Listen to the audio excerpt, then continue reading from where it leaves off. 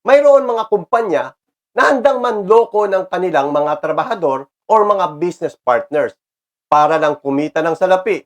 Ang mga ganitong uri ng negosyo ay hindi dapat sinusuportahan upang ma-realize nila kung gaano kakapal ang pagmumukha nila sa panloloko ng mga trabahador. Ang mga naturang trabahador or partners ng mga ito ay walang magawa kundi tanggapin na lang nila ang masakit na katotohanan na hawak sila sa liig ng malalaking kumpanyang ito. Ngayon, kung makita man natin si Idol Rafi na nanggagalaiti sa galit sa mga ganitong klase ng kumpanya, ay masisisi nyo ba siya? Kung ang puso mo ay para sa mga inaapi, ay hindi pwedeng hindi ka magalit sa mga hinayupak na ito. Kaya nga, may mga sumulat kay Senator Idol Rafi na isang joyride rider at nagsumbong na.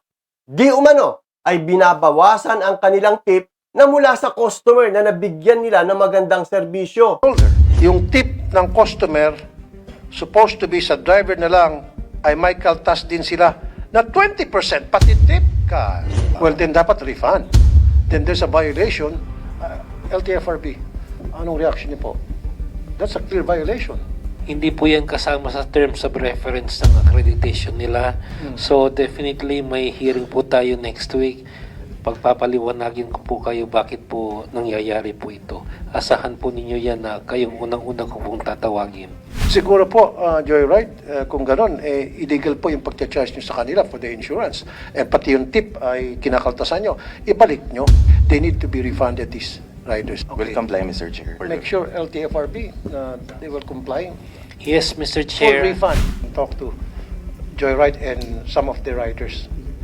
Yes, Mr. Chair. We will discuss that with the major players in the TNC industry, sir. Thank you. Kung totoo ito, Joyride, ay masasabi ko lang sa inyo ay ang kapal ng mukha nyo. Wala ba kayong puso? Kayo kaya ang mamasada gamit ang motor? Bilad sa araw, usok, ulan, at nakababad pa sa traffic.